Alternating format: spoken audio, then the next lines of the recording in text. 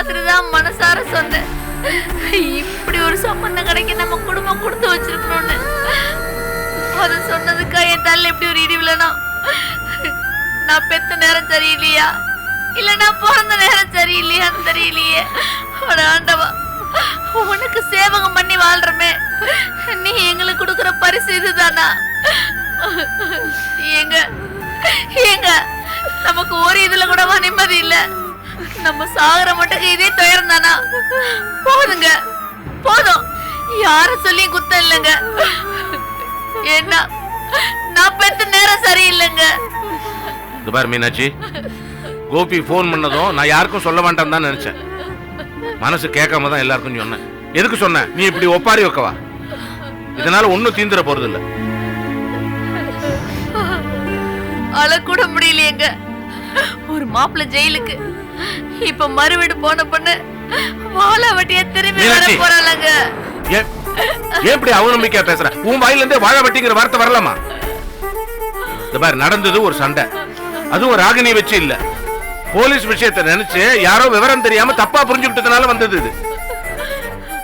அவங்க நம்ம குடும்பத்தை தப்பா புரிஞ்சுக்கிட்டு, ராகினி வீட்டுக்காரன் கோபியை தப்பா புரிஞ்சுக்கிட்டு எடுத்த முடிவு இது. அது தீர்ந்தா எல்லாம் சரியா போயிடும். அதுக்கு கொஞ்சம் நேரம் கொடுக்கணும். அப்பவே எல்லாம் முடிஞ்சு போச்சுன்னு சொன்னா பொண்ணு வாழ வெட்டி நீயே சொன்ன அப்புறம் எப்படி? விசேஷம் அது இதுன்னு வந்தப்போ சந்தோஷம் வேணாம்னா சொன்னோம். சிரிச்சு விளையாண்டு ஏத்துக்கல, அனுபவிக்கல. அதே மாதிரிதான் இப்ப துக்கத்தை ஏத்துக்கணும். எனக்கு சந்தோஷம் மட்டும் போதும்னா எப்படி? ராகினி விஷயத்தை உங்க எல்லாருக்கும் நான் சொன்னதுக்கு காரணம், கோபி ராகினியை கூட்டிட்டு வந்துகிட்டு இருக்கான். வந்த உடனே ராகினியை பார்த்து அழுது சோகமாக்காதீங்க. எல்லாம் போச்சுன்னு அவகிட்ட சொல்லாதீங்க. அவன் ஆறுதல் தேடி நமக்கு நம்ம வீடு இருக்குன்னு வரா.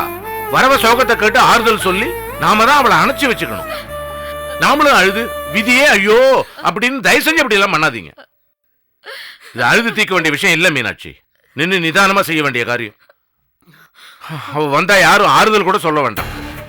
ஒரு பிரச்சனை இல்லம்மா, நாங்க இருக்கோம், நம்பிக்கை கொடுங்க. இன்னைக்கு பக்கத்துல இருக்கம்மா, சண்டேனா வந்துட முடியுது. நாளைக்கு வெளியூர் போனா எப்படி? சண்டேன்னு ஒண்ணு வந்தா நின்று நிதானமா யோசிச்சு ஒரு முடிவு எடுக்கணும்னு நாம தான் அவளுக்கு கத்து கொடுக்கணும். ஆத்திரப்பட்டோ புலம்பியோ நீ போன உடனே திரும்பி வந்துட்ட, உனக்கு பொறுமை இல்ல, அப்படி இப்படின்னு அவகிட்ட பேசணும். நடந்ததுல ராகினி பேர்ல எந்த தப்பும் இல்ல. அதே மாதிரிதான் மாப்பிள்ளை மேலேயும் தப்புன்னு நான் சொல்ல மாட்டேன். அவர் என்ன பண்ணுவாரு?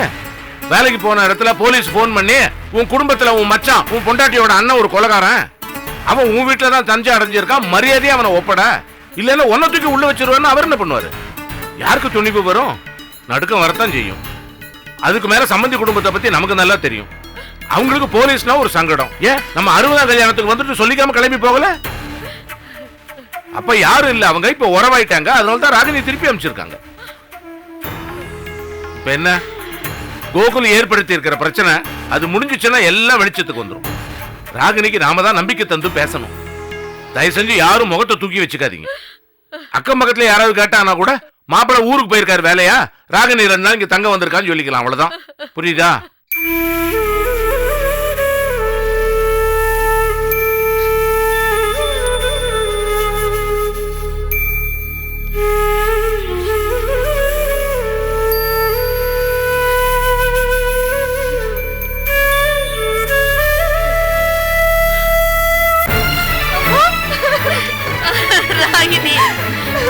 மீனாட்சி,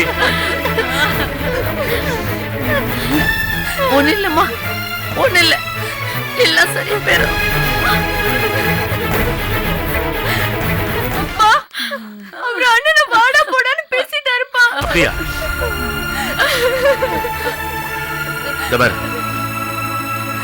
அவரு கோபியை வாடா போடாங்கிறது, கோபி அவரை வாடா போடாங்கிறது இது மச்சானுக்குள்ள. அது சரியா போயிடும். நாம எதுக்கு தலையிடணும்? எல்லாம் அவங்க பாத்துப்பாங்க. இல்லப்பா, நம்ம குடும்பத்தை கொலைகார குடும்பம்னு பேசி அண்ணிய தப்பு தப்பா பேசிட்டாங்கப்பா. அவங்க என்னமா செய்வாங்க? இப்பதான் நாங்க பேசிட்டு இருந்தோம். சம்பந்தி அம்மாவுக்கும் அவருக்கும் போலீஸ்னா ஒரு பயம். அதனால என்ன, ஏதோ பதற்றப்பட்டு இப்படி ஒரு காரியம் பண்ணிருக்காங்க. பதட்டத்திலையும் கோபத்திலையும் வர வார்த்தைகளை நம்ம பெருசா எடுத்துக்க கூடாது, விட்டுடு. உங்ககிட்ட வேலைன்னு சொல்லிட்டு மறுவீட்டுக்கு கூட இல்லாம போனவரு பாவம். அவர் போன உடனே 2 நாள்ல போன் பண்ணி அவர் இருக்காரான்னு கேட்ட உடனே அவருக்கு கோபம் வந்துருச்சு. என்ன, அவங்க கோபி கூட சொன்னான் அவர் முதலாளியை பார்க்க போயிருக்காருன்னு. அவரை போய் சந்தேகப்படுற மாதிரி அவர் இருக்காரான்னு கேட்ட உடனே அவர் என்ன நினைப்பாரு? என்னடா இது கட்டின பொண்டாட்டி 2 நாள்ல நம்மள சந்தேகப்படுறா நினைப்பார மாட்டாரா? அவர் அதை நினைச்சு குழம்பிட்டு இருக்கும்போது பின்னாடியே போலீஸ் போனு, உன் பொண்டாட்டியோட அண்ணன் ஒரு கொலைகாரன் அவன் உன் வீட்டுல தஞ்சை அடைஞ்சிருக்கான்னு. அதனால தான் எல்லாம் பதட்டத்துல வர வார்த்தைகள் தான். நாம தான் இதெல்லாம் புரிஞ்சுக்கணும். விடு, நீ அண்ணனை பேசிட்டாரேங்கிற வேகத்துல வார்த்தையை விட்டுருக்க, அவரு ஏதோ வார்த்தையை விட்டுருக்காரு. இதுல என்ன? அவங்க இப்படி சொல்லிவிட்டாங்க, வார்த்தை மேல நிக்கிறீங்க. பிரச்சனை தீர்ந்துச்சுன்னா இதெல்லாம் ஒண்ணுமே இல்லைன்னு ஆகி போயிடும். அப்பா நீங்க என்னப்பா சொல்றீங்க? ஆமாம்மா, விடு, எல்லாம் நன்மைக்கு தான் நம்ம நினைக்கணும். ஏற்கனவே மாப்பிள்ளை வீட்டுல கல்யாணத்துக்கு முன்னாடி நம்மள தப்பா புரிஞ்சுக்கிட்டு அவங்க அவசரப்பட்டாங்க. அப்புறம் நிலைமை தெரிஞ்சு வரலையா நம்ம கிட்ட? பிரச்சனை தீர்ந்து என்ன ஏதுன்னு முடிவுக்கு வந்தா எல்லாம் சரியா போகும். மாப்பிள்ளை குடும்பத்துக்கு நம்ம குடும்பம் எப்பேற்பட்டதுன்னு புரிஞ்சுக்க இது ஒரு வாய்ப்புன்னு நினைச்சுக்கையே. அவங்களுக்கு சந்தர்ப்பம் கொடுத்துருக்கோம் நினைச்சுக்க. தப்புன்னு தெரிஞ்ச உடனே மன்னிச்சுக்கங்க அவங்க வரலையா? அதே மாதிரிதான் இதுவும் தப்புன்னு தெரிஞ்ச உடனே உடனே வந்து நிற்பாங்க நம்ம கூட. ஏன் மலர் அப்பாவை எடுத்துக்க, எவ்வளவுலாம் நமக்கு எதிராக இருந்தாரு. இப்ப நமக்காக வேண்டி குடும்பத்துல ஒருத்தரா நிக்கலையா? எல்லாத்துக்கும், நல்லதுக்கும் கெட்டதுக்கும். சரி அதை விடு. மகேஷ் கல்யாணத்தை எடுத்துக்க. அவ போய் 2வது நாள் எப்படி அழுதுட்டு வந்தா? என்னாச்சு அப்புறம்? இன்னைக்கு செல்வரங்க மாப்பிள்ள அவளை தங்கமா பாத்துக்கலையா? நம்ம கூட நிக்கலையா துணைக்கு எல்லாத்துக்கும்? காமு மா கல்யாணம் முடிஞ்சு அவ முகத்தையே பார்க்கலையா? கூட்டிட்டு போயிட்டாங்களே, மறு வீட்டுக்கு கூட நாம போய் பார்க்க முடியலையே. இன்னைக்கு நெல்லி ஆண்டவர் நம்ம வீட்டுல எல்லா விஷயத்துக்கும் கூட நிக்கலையா? அது மாதிரிதான் இதுவும்.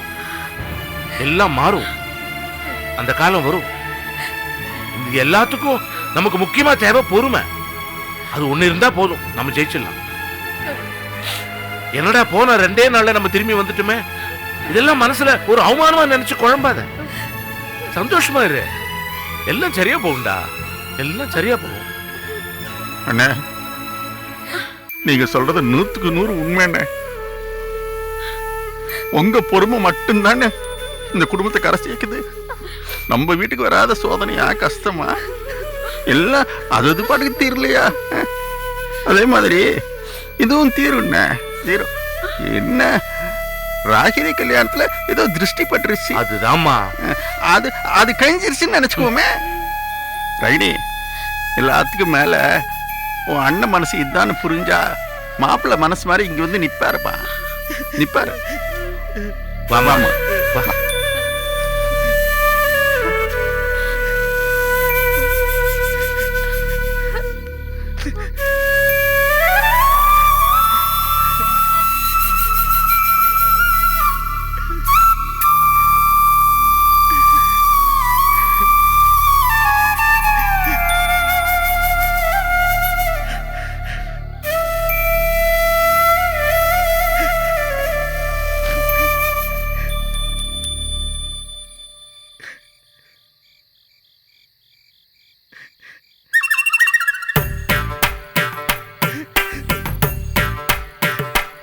என்ன ராசப்பா, நடந்தது, நடக்கிறது, நடக்க போறது முக்காலமும் உணர்ந்த ஞானி மாதிரி ஒருத்தன் வீட்டு வாசல்ல உட்காந்துருக்கேன். என்னை விட்டுட்டு வேற ஒருத்தன் ஜாதகம் பார்க்க போனீங்களே, என்ன ஆச்சு? புண்ணியவன் யாரு பார்த்தேன்னு தெரியல, நான் பார்க்குற வேலையை யாரும் பார்த்துட்டான். சும்மா சொல்லக்கூடாது, நல்லா கோர்த்து விட்டுருக்காயா. கட்டின வாழை மரத்தை அவுக்கல, அதுக்குள்ள அந்த பிள்ளைய அவுத்து வரட்டிட்டாங்க வாழை வெட்டியா. போட்ட கோலை இன்னும் அழியலையா, அதுக்குள்ள பிள்ளை அலங்கோலமால வந்து நிக்குது. வாழை இலை வாடல, பிள்ளை வாடி பையில வந்து நிக்குது. தெரியாம தான் கேக்குறேன், நான் பார்த்த சம்பந்தத்துல என்ன குறைச்சேன்னே. குமாரு வாட்ட சட்டமான உடம்பு, சொத்து பத்து, தோப்பு தரவுன்னு எப்பேற்பட்ட ஆளு. 2ஆம் தரமா கொடுக்க மாட்டேன் கொண்டே கட்டினீங்களே, இந்த வெட்டி விட்டு அனுப்பிச்சிட்டாங்களே. இனி யாருக்கு கட்டினாலும் 2ஆம் தரம் தானே. ஏன் ஜாதகம் பொய்க்குமான்னு பகவானே, நீ யாருக்கு இருக்கியோ இல்லையோ எனக்கு இருக்கடா, என்னை கைவிடலடா, என்னை கைவிடல. சாரிமா, என்னால என் மனசை மாத்திக்க முடியாது. என்ன ராஜேஷ், நான் இவ்ளோ சொல்லி நீ கேட்க மாட்டியா? சாரிமா, என்னால எப்படிமா முடியும்? எப்பப்போ மறந்துட்டு ராகினியோட வாழ்றது ஈஸி இல்லம்மா. என்ன ராஜேஷ் விளையாடுறியா? நீ தானே சொன்ன என் பப்பு இப்ப ராகினின்னு. இப்போ அவளை பார்த்ததும் மனசு மாறி அவதான் வேணுங்கிற. என்னடா நினைச்சிட்டு இருக்க? மா, என் மனசுல ராகினியை தவிர வேற எதுவும் இல்லைன்னு அப்ப சொன்னதான். நீ சொல்ற சரிதான். ஆனா அப்ப கூட ராகினிய என் பப்புன்னு சொல்லு. என் பப்பு தான் ராகினின்னு சொன்ன. என்ன ராஜேஷ், உனக்கு எல்லாம் விளையாட்டா போச்சா? அம்மா, உன்கிட்ட நான் எதுவுமே மறைச்சது இல்லையம்மா. இன்னும் சொல்ல போனா இந்த உலகத்திலே நீதான் எனக்கு பெஸ்ட் ஃப்ரெண்டு. அதனாலதான் தீப்திய கோயில்ல பார்த்தது, உன் தங்கச்சி அனுப்பி பேசினது எல்லாத்தையும் என்கிட்ட மறைச்சிட்டியா? ஓ மா, நான் மறைக்கணும்னு செய்யலம்மா. அவன் மனசுல என்ன இருக்குன்னு தெரிஞ்சுக்கிறதுக்கு தான் அப்படி செஞ்சேன். மா, என் கேரக்டர் உங்களுக்கே தெரியும்ல. எதுவுமே என் வாழ்க்கையில என் இஷ்டப்படி தான் நடக்கணும்னு ஆசைப்படுறவனா. இப்போ என் பப்பு எனக்கு கிடைச்சிட்டான். என்னால ராகினி கூட வாழறத இப்ப நினைச்சு கூட பார்க்க முடியாதுமா. அப்படி வாழ்ந்தா அது நான் ராகினிக்கு பண்ற துரோகம். அப்போ ராகினிய வேண்டான்னு சொன்னா அது நீ அவளுக்கு செய்யற புண்ணியமா? ஷோ மாம், சாரி மாம். என்னால ராகினி கூட வாழவே முடியாது. இதுதான் உன்னோட முடிவா? இது முடிவா தொடக்கமானு எனக்கு பேச தெரியல. ஆனா தீப்தி எனக்கு வேணும். என் பப்பு எனக்கு வேணும். ராஜேஷ், வேண்டாம் ராஜேஷ், நீ பண்றது ரொம்ப தப்பு. நேத்து வரைக்கும் ராகினி ராகினின்னு அந்த தீப்தி முன்னாடி எனக்கு கல்யாணம் ஆகணும்னு சொன்னேன். உன் குணம் தெரிஞ்சுதா நான் அப்பவே உன்கிட்ட கேட்டேன். முழு மனசோட தான் சம்மதிக்கிறேன்னு. நீ என்ன பண்ண? சத்தியம் பண்ணல. அந்த தீப்தியை இனிமே என் வாழ்க்கையில நினைச்சு கூட பார்க்க மாட்டேன். அவ எனக்கு துரோகம் பண்ணிட்டான்னு. இனி என் கல்யாண விஷயம் உங்க முடிவு அது இதுன்னு சத்தியம் பண்ணலடா. அதை நம்பிதானே நாங்க சீக்கிரமா இந்த கல்யாணத்துக்கு ஏற்பாடு பண்ணோம். இப்போ அவளை பார்த்ததும் ஒரு நொடியில மாறிட்டியேடா. மா, ஒரு நொடி இல்லம்மா. அவ நினப்பு இல்லாம தீப்தி நினப்பு ஒரு நொடி கூட இல்லாம நான் இருந்ததே இல்ல. வேண்டாம் ராஜேஷ், அந்த பொண்ணு பாவம். அந்த பாவத்தை சம்பாதிக்காத. அது நமக்கு நல்லது இல்லடா. என்னவா பேசுறீங்க? ராகினி பாவம்னா அப்ப தீப்தி பொண்ணு இல்லையா? அவ பாவம் இல்லையா? அவ ரொம்ப பாவமா. அன்னைக்கு என் ராஜேஷ் நான் மிஸ் பண்ணிட்டேன்னு கதர்னாமா. மா, அவளும் என்ன போலதாமா ஒரு பிடிவாதத்துக்காக தான் வீட்டுல கல்யாணத்துக்கு சம்மதிச்சிருக்கா. ஆனா இப்ப எதுவுமே இல்லை ஆகி போச்சுல. மா, உனக்கு ஒண்ணு தெரியுமா? அவ கல்யாணத்தன்னைக்கு ஏன் கரெக்டா கோயிலுக்கு வரணும்? எல்லாம் கடவுளோட செயல்மா. அவ எனக்கு, நான் அவளுக்குன்னு இதுதான், இது மட்டும் தான் இருக்கு. தீப்தியும் உன்ன மாதிரிதாம்மா. ராகினி பாவம் அது இதுன்னு சொன்னா. ஆனா நான் அவளை டிவோர்ஸ் பண்றேன்னு சொன்னதும் அவ ஒத்துக்கிட்டாமா. என்னது டைவர்ஸா? எஸ் மாம், நான் ராகினிய டிவோர்ஸ் பண்றதா சொல்லிட்டேன். ராஜேஷ், நீ வரம்பு மீறி பேசுற. என்ன நினைச்சுக்கிட்டு நீ இப்படி எல்லாம் பேசிட்டு இருக்க தெரியுமா? டேய் ராகினி, நீ கல்யாணம் பண்ணி முழுசா 3 நாள் கூட ஆகலடா. மாம், நான் தீப்திய 3 வருஷமா லவ் பண்ணிட்டு இருக்கேன். ராஜேஷ், இது சரியில்லடா. வேண்டாம், விட்டுடு. உன்ன மாதிரி அவளுக்காக உசுர குடுக்குற அது இதுன்னு பேசி லவ் பண்ணி கல்யாணம் பண்ணவங்கலாம் கடைசி வரைக்கும் சேர்ந்து வாழ்ந்ததே இல்லடா. இது ஒரு ஆசை, அவ்வளவுதான். வேணும் வேணும் நினைக்கிறதெல்லாம் கிடைச்ச அடுத்த நொடியே வெறுத்து போயிடும் ராஜேஷ். இது தப்பான குணம், மாத்திக்கோ. எனக்கு புரியுது மாம். அதுக்காக பிடிக்காத பொண்ண கல்யாணம் பண்ணிக்கிட்டா மட்டும் காலம் முழுக்க சேர்ந்து வாழ்ந்துடுறாங்களா? எனக்கு ராகினி வேண்டாம். என்ன பேசுற? நீ நினைச்சா ராகினி வேணும், இல்லனா வேண்டாமா? மாம், நான் உன்கிட்ட ஓப்பனா சொல்றேன். அவ கூட நான் என்ன வாழவே தொடங்கல. ஆமா மாம், நீங்க என்ன கட்டாயப்படுத்தி அவ கூட இருக்க சொன்னாலும் என்னால வாழ முடியாது. தீப்தியை நினைச்சுக்கிட்டு என்னால ராகினி கூட எப்படிமா வாழ முடியும்? நோ மாம், சான்ஸே இல்ல. ராஜேஷ், இது மட்டும் உங்க அப்பாவுக்கு தெரிஞ்சது அவ்வளவுதான். என்னமா பேசுறீங்க? அவருக்காக என் வாழ்நாள் முழுக்க நான் நரகத்தை சுமக்க முடியுமா? யோசிச்சு பாருங்க. என் மனசு முழுக்க தீப்தியை நினைச்சுக்கிட்டு ராகினி கூட என்னால எப்படிமா வாழ முடியும்? அது அவளுக்கும் நரகம் தானே. வேண்டாமோ. பாவம் புண்ணியம் கல்யாணம் அது இதுன்னு பார்த்து என் வாழ்க்கை ராகினி வாழ்க்கையும் நாசமாகணுமா? இதுக்கு என்ன ஏதுன்னு பேசி பிரிச்சிடலாமே. மாம், உனக்கு ராகினி மேல இருக்கிறது பரிதாபம். கல்யாணம் பண்ணிட்டோமே, என்ன பண்றதுன்ற யோசனை. நீ அவளை வெறுக்கிறல்ல. ஆனா மாம், ராகினி மேல எனக்கு விருப்பம் இல்ல, விருப்பமோ இல்ல. அவ இப்ப எனக்கு யாரோ ஒருத்தி கூட எப்படிமா என்னால வாழ முடியும்? சத்தியமா சொல்றேன், எனக்கு என் தீப்தி வேணும். அவ இல்லனா என் வாழ்க்கை நரகமாயிடுமா. இந்த உலகத்தையே ஏன் உன்னை வெறுத்து என்ன வெறுத்து ஒரு நடைப்படமா வாழ்வோமா? அதை உன்னால பார்க்க முடியுமா? சொல்லுமா.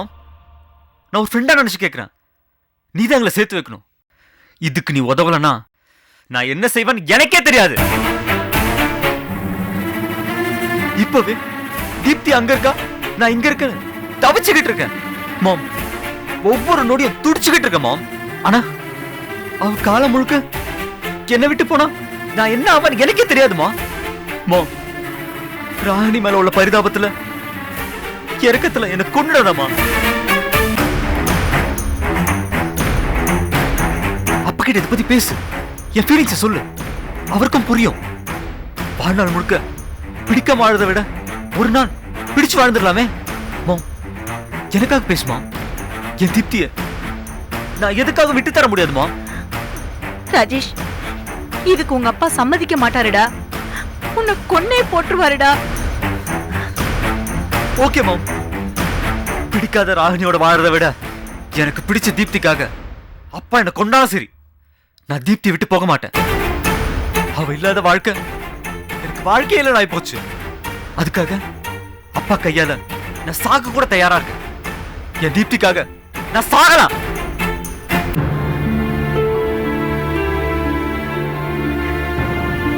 ராஜேஷ், நீ நிம்மதியா படுத்து தூங்குடா. நான் என்ன செய்யணுமோ அதை செய்யறேன்டா. தேங்க்ஸ் மாம், தேங்க்யூ, தேங்க்ஸ். சரி, ஓகே.